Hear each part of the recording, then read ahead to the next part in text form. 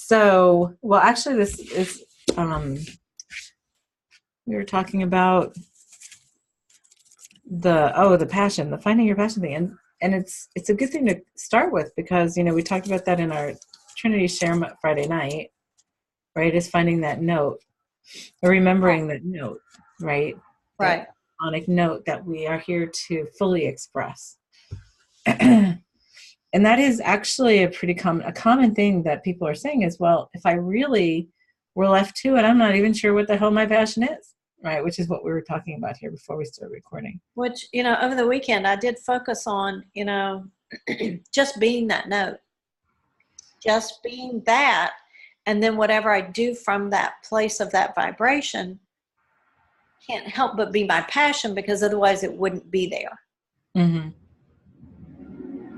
But it was almost like I kind of got lost because nothing melded with that vibration. That means that you need to do a whole bunch of different things. I mean, that would be what it would tell me. And I've been staying in that vibration of I am my full divine, I am the full, what did we say? The full expression of my divine note, right?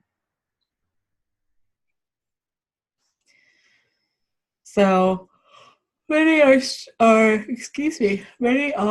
in that place of, I don't know what that is because we are so stuck. So there's so many layers of, and this is something we've been talking about for a while. I don't even know if we've talked about it here because we've had so much going on. I don't even know. Where did we talk about this?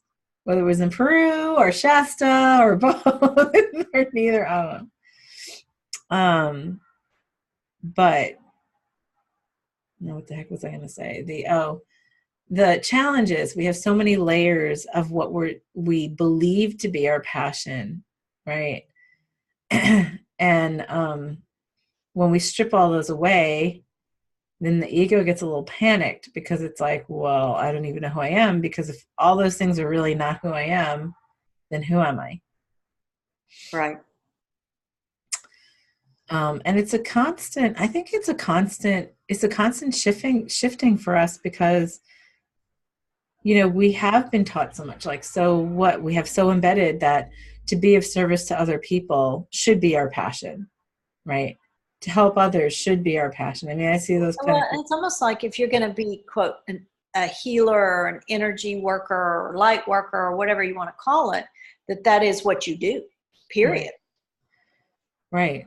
And the reality is it's not, and this is what we've talked about, is it's not our priority to be of service to others.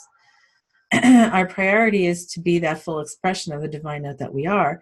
And in doing that, we are of service to others because then we are fulfilling our vibration to be a part of that symphony. I think, we were talking about that Friday night in Share. Yeah, to be part of the, the multiversal symphony to achieve the apex that we have chosen to achieve. And it doesn't mean that it's to be a note for somebody else. It's to be your own note. Right. Because you can't play the instrument for somebody else. All you can do is play. And the universe doesn't need all the same note. No, does not need all the same note. So whether it's, and what we talked about Friday was that that's the beauty of, if we were going to be all the same note, then we wouldn't have faceted ourselves into all of these different representations, right? So, and each of those notes is perfect in their full expression to be a part of the chord, to be a part of the symphony. And it's for us to express that, and the expression of that is really allowing our bliss of the stuff that really makes us tick, that we just love to do, that we think is so exciting, that we could do 24/7, and it would just be the natural thing. So it's funny because a lot of people say, oh, well, that would be, helping people. And it's like, nope. Nope, because that full expression of us is independent of anything else. Like if it's like I would do this if there was nobody else in the universe or the multiverse to do it with. It doesn't matter. Right. I used to ask myself, if I had all the money in the world, would I still be doing XYZ? And usually the answer is no. Right. Well, and that's what I tell people. That's a great doorway question to ask yourself, right? To see if you're really doing that. Is if you won the whatever, what was that crazy? Oh, it was like billions. 1.6 billion or something like that, right? So if you won that $1.6 billion, right, would you still do the job you're doing today? And if you say no, well, then you haven't found your passion, because you would do your passion whether you made money doing it or not. It's not the reason you're doing it, right? So, like, and I tell people, I would still do what I'm doing no matter what, because I love doing it. So then travel a lot more. What was that? You just travel a lot more. I would just travel even more. That was it. That's it, because I love to travel. I love going to different places and meeting different people and allowing our vibrations to match, from different, perspectives. And it's, to me, that's part of what makes me tick. So, I would just spread the love even more, Right. By doing what I love to do, which is, going to these different places. So that's one thing, and I know there are others, and that's what I'm sort of sitting with now is, okay, so what else fits into that, Right.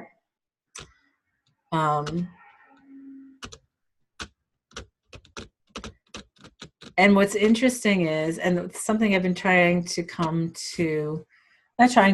something I've been allowing myself to come to terms with, or figuring out how to come to terms with, is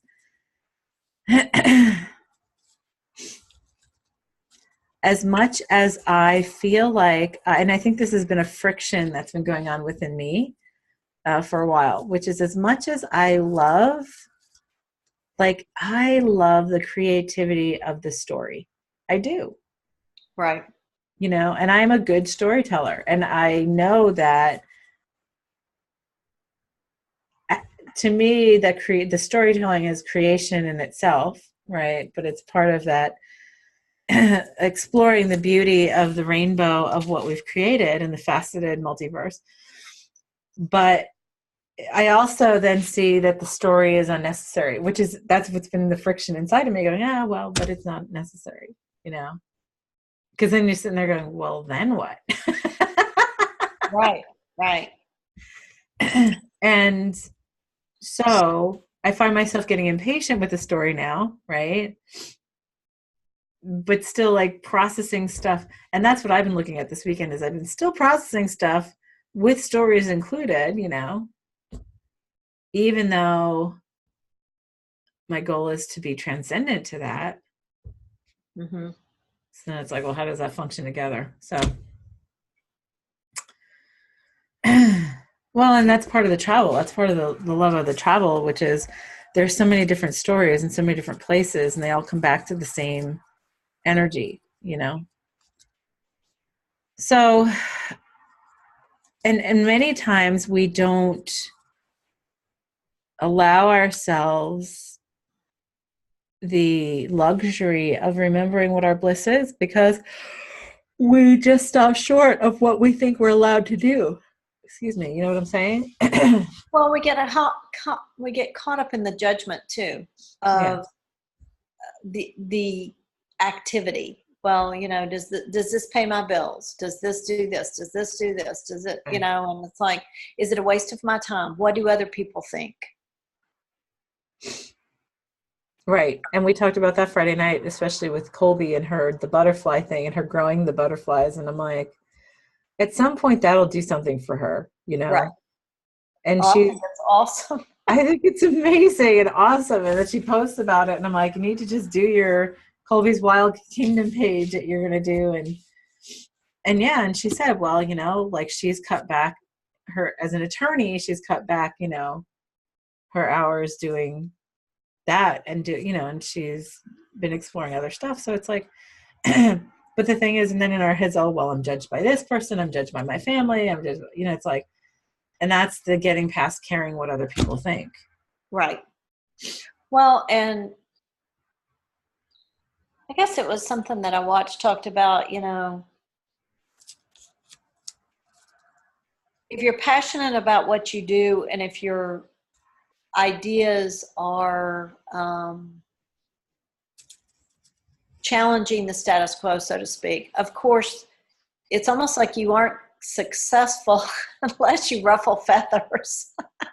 Unless you what? Ruffle feathers. How do you bring about change, saying what makes everybody happy?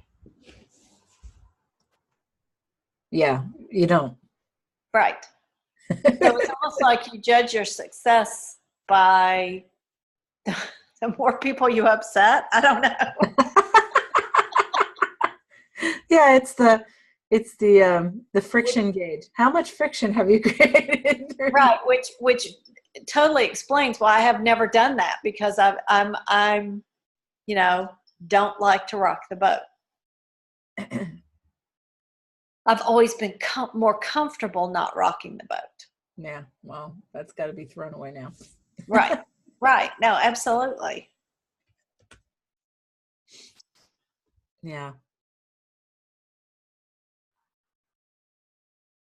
Well, even the whole, like, your husband taking on the Halloween stuff, and then you're like, I'm not putting that stuff up. Yeah.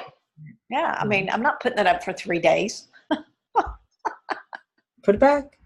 I mean, that's rocking the boat in a way, because it's breaking a pattern, of right stuff. So yeah, and so that's the challenge, because a lot of times, and then what happens is we do one thing. So the thing, I don't even know, did we start recording? I don't think we started recording when I said this, but one of the things is to just pick stuff to do that might be different, that changes the energy up a little bit, that gives you a little different exposure, even if it's meeting new people or just doing something different so that you get a different perspective.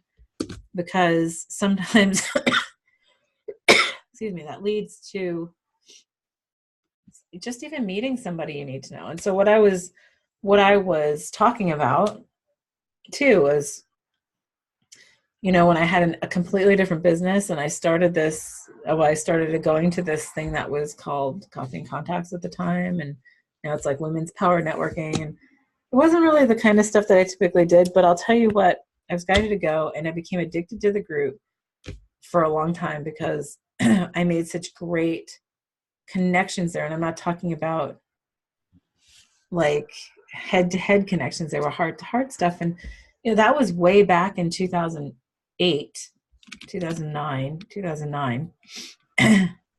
And some of those people who were doing something completely different back then are people who I'm really connected with in the spiritual world now, like Sandy Anthony and Ann McKenzie. And there's just like a number of clients, a number of people I know who are really on this active spiritual journey now.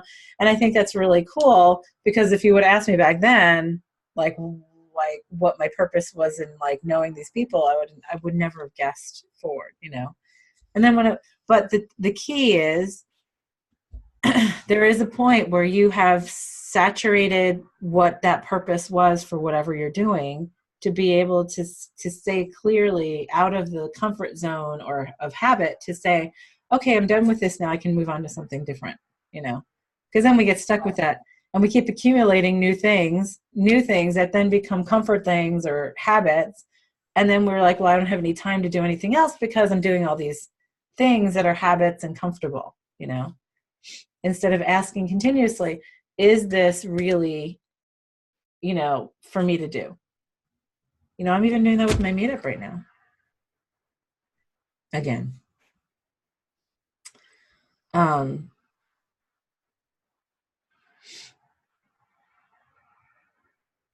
So maybe even doing it a different way. I was thinking doing it online, because a lot of the people I want to talk to, like, I don't know.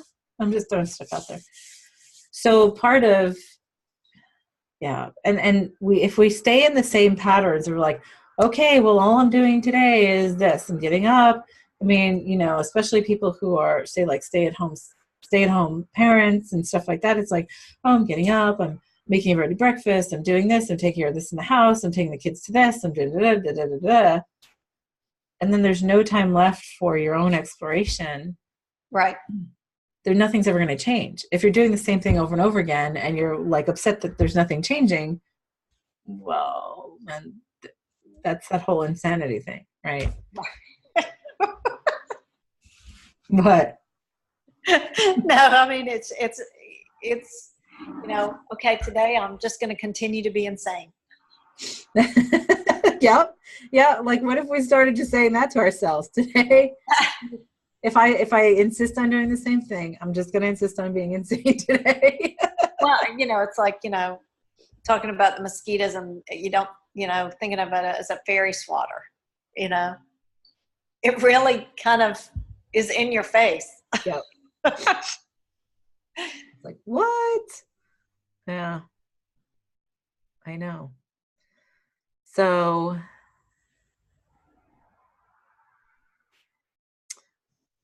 where that takes us is really to where do I, what can I do? What, like, one thing can I do differently this week or today?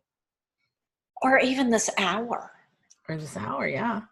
I mean, I've so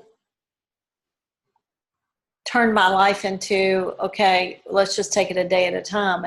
And now I'm finding that even challenging, to where, okay, I need to take it an hour at a time. And what am I going to do this hour? And remember, and for us to remember is, no matter what's on the schedule, it is our choice as to what we do. Right. What we have gotten into such a habit of doing is, I just becoming a victim to our own schedules. Like, I just don't have the time. There's no way I can fit that in. That's what I get with people with meditation, right? Just simple meditation, 15 minutes. Oh, I don't have time. I've got all this other stuff. And I'm like, well, do you realize that actually things flow better when you do take that 15 to 20 minutes to meditate? Right. On a regular basis. But also it says, like, I think we talked about this in Peru, with the group, is also, it says that I'm not worthy enough to be a priority on my schedule. Right. Because if I am just getting up, and it's really interesting what we've done, and I hear this a lot, especially from stay-at-home moms. There's this innate thing that's built in our society, that they are somehow less valuable than those who are out in the workforce, right? Well, I mean, if you look at it based on everything that society values, they don't value that because you're not paid. Right. Except the thing is, like, I don't know if you've ever seen those things where they're like, well, if you did the pay for every job you do as a stay-at-home mom, nobody, or stay-at-home dad even, because there's a lot more of those today. Right. You would get paid several $100,000 a year because if you outsourced all of that, right? And we say, yeah, I get that. But then there's still this innate undervaluing in your mind going, no, I have to do all of this stuff to make myself valuable because my husband or my wife goes out and makes all the money. And I'm valuing the money more than I'm valuing. Well, and it automatically sets up that inequity. Yes. Oh, I totally get that. Yeah. And so there's a lot more. And I look at this because I see a lot of people who come into me for sessions that I talk to about this, where it's like, well, the husband thinks nothing of going out and playing golf with the guys, doing this, going away for the weekend, doing all this kind of stuff. And the wife does nothing but take care of the kids in the house. And if they have to do something, if they choose to do something for themselves, it's like a big deal. It's a big hassle. Well, and they're constantly apologizing for it. Yes. Yeah. And they have to, it's like, and the funny thing is, many times, more so than not, it is more in their head than in actuality, where if they said, right, I'm going to go do this, or I'm going to do this once a week, or I'm going to do this twice a week, or whatever, many times it's the spouse is like, okay, we'll figure out how to do it. Yep. But in their head, they're thinking, I'm not valuable or worthy enough to do something and have everybody else's schedule have to work around mine. And I know personally, whenever I would plan something, is I would have to work 2 and 3 times harder prior to accommodate my absence. Right. And I would get so angry, not at anybody in particular, because I didn't know that it was me that was creating it, but it was like, why can people not do for me like I do for them? Right. Because nobody asked me to do for them that way. It's my choice. Right. Well, and that's the inequity we set up, right? Right. So it's this, yeah. And then and the funniest part about that I think is really funny is to think, well, if you have to go through such an effort to get so many things set up so things run smoothly while you're gone, how do you not see your value? Right. Like in that, by saying, oh, wow, if I remove myself, look at how things get all clunky and everything in everybody's life, right? I never had that because I was never a stay-at-home parent or spouse, because I was always working, and that was just part of me. That's always what I wanted to do.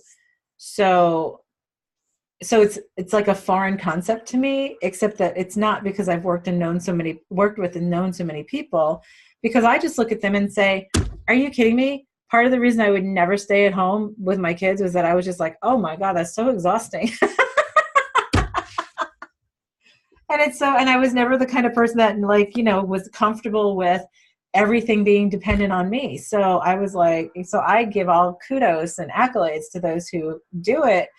But at the same time, I'm like, but step up and know your worth, because you are worthy in managing, because that's what you're doing, is you're managing a household, right?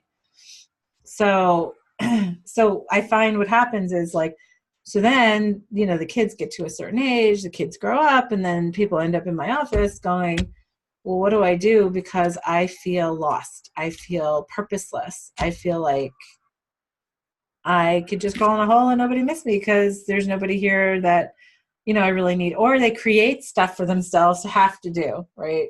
Right. So what I work with a lot of people on, is realizing, well, first of all, you are innately worthy without doing one thing, innately divine, innately all powerful without having to do anything. And money is not the measurement of worth. Well, and I think that's just totally what's wrong with our economy and everything at this point. Yeah. Unfortunately, we have really have believed that. So if you're doing something and not getting paid for it in money, well, then you feel like it's not as worthy. And then you get into, well, you're doing the work and you're getting the results, and then you're still not getting paid. So what's that? Yeah. Well, and what is a really important part there is getting through that all has to do with believing that money is worth more than you are. And why have we chosen collectively to take that power that we know we have and set it outside of ourselves and given it to, an inanimate object, whether it's gold, whether it's a piece of paper with certain ink and certain design on it? I know. Why have we done that? Well, is that the epitome of powerlessness? Pretty much, because when we take back our power, then we don't care whether it's connected to money or gold or diamonds or whatever. It's because we already know its intrinsic value in the whole, because you are anyway, no matter if you did nothing. And really, like, if we shifted our focus to be, I am, what if we shifted our focus to, my worth is based on how much I embody my divine note, right? If we actually shifted that perspective to say that Actually, and granted, you're worthy no matter what. But if we even just did this little shift away from the money thing to say, okay, how about if we just said, all right, so my worth is based on my ability to express my divine note, to fully not my ability, my willingness to fully express my divine note. Well, that changes the energy completely, right there. Then it's like, well, why wouldn't I do that? Why wouldn't I remember that? Why wouldn't I allow me to make that a priority? Yeah, why wouldn't I make that a priority? Why wouldn't I make me a priority? Because for me to fully express my divine note, it's like imperative for me to make myself my priority. So that's a really good thing. Well, that's a really good perspective to take.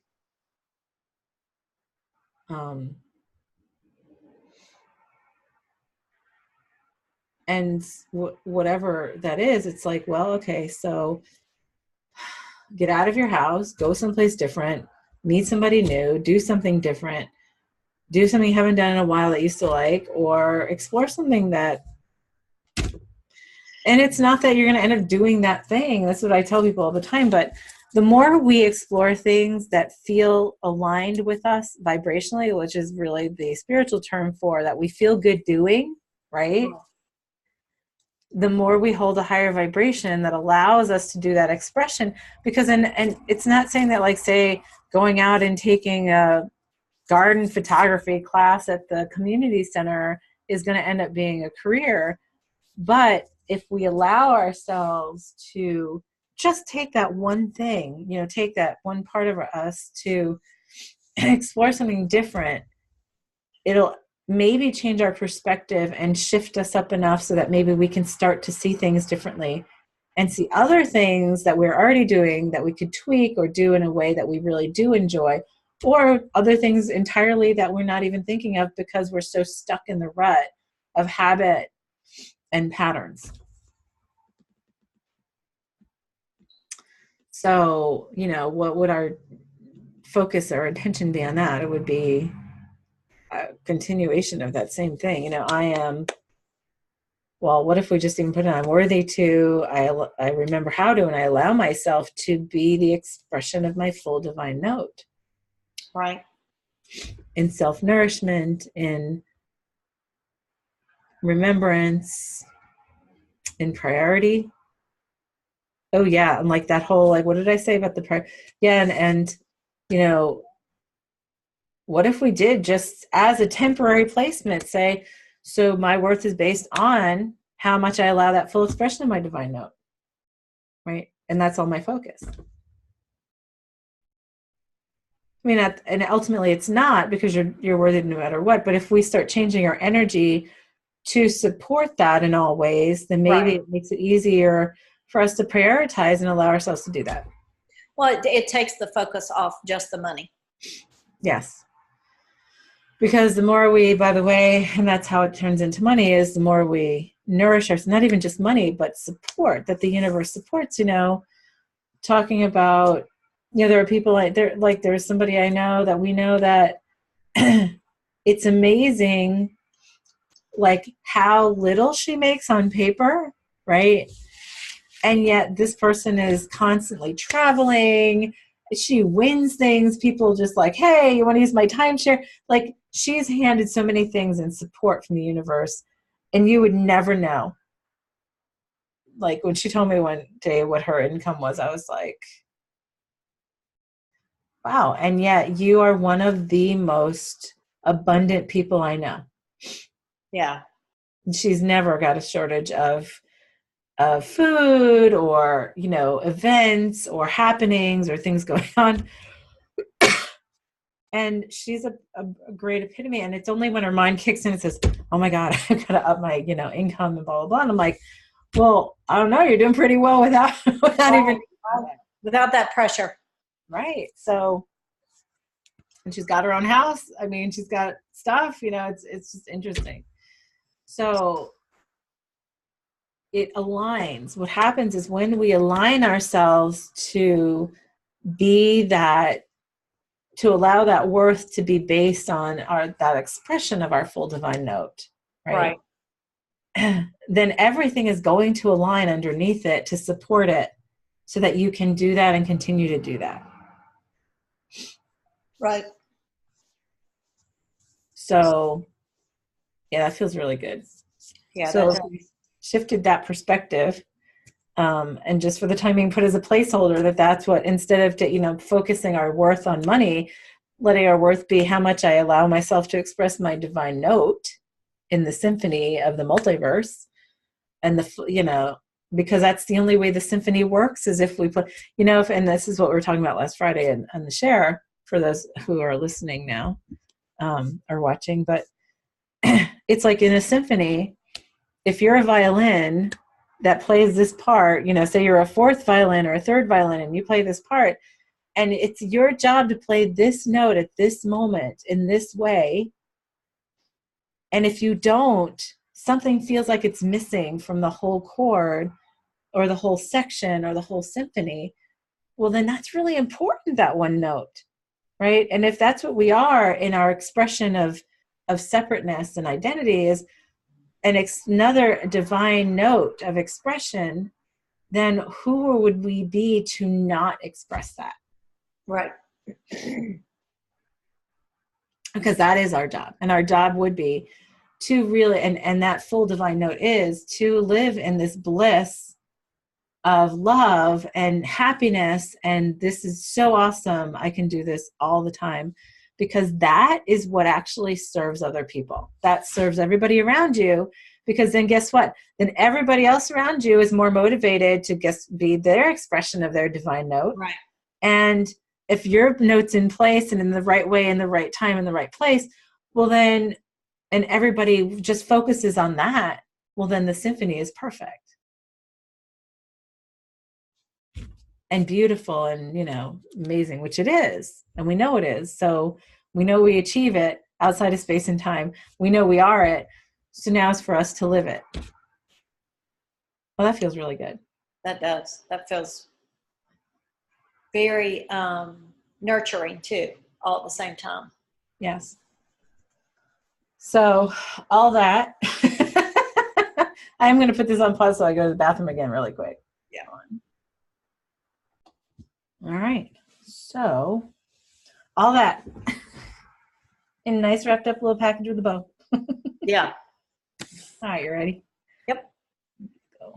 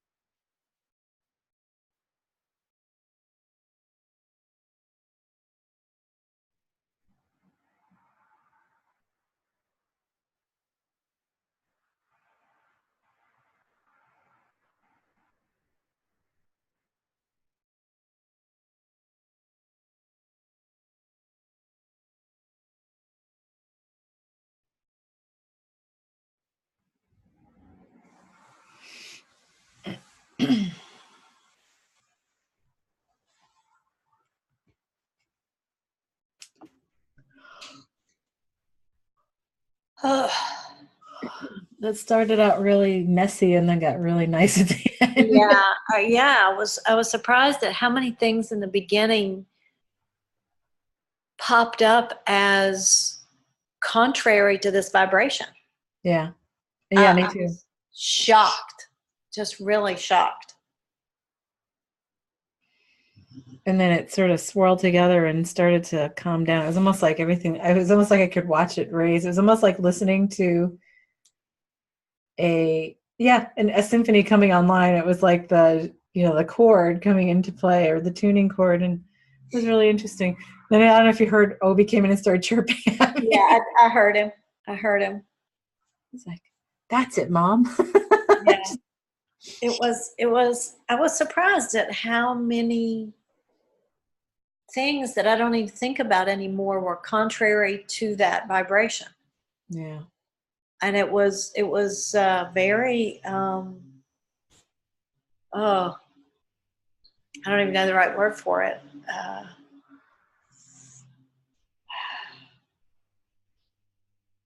Like a cold, slap in the face, like, oh wow.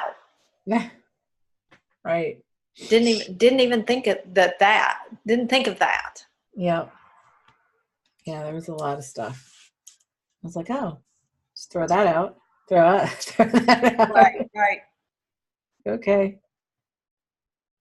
But once you saw it in that light, it's almost like it was like, oh God, yeah, get that out.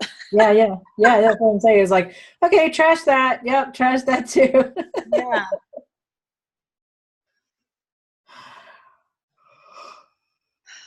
Oh my goodness, there's a yawn.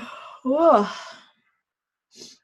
Well, that's to keep everybody started. So yeah, I guess everybody's home play is this week to do something different, change it up. Yep. That's something you don't typically allow yourself, and see what that leads to. Awesome. All right. Well, thank you everybody for joining, and we will see you next time.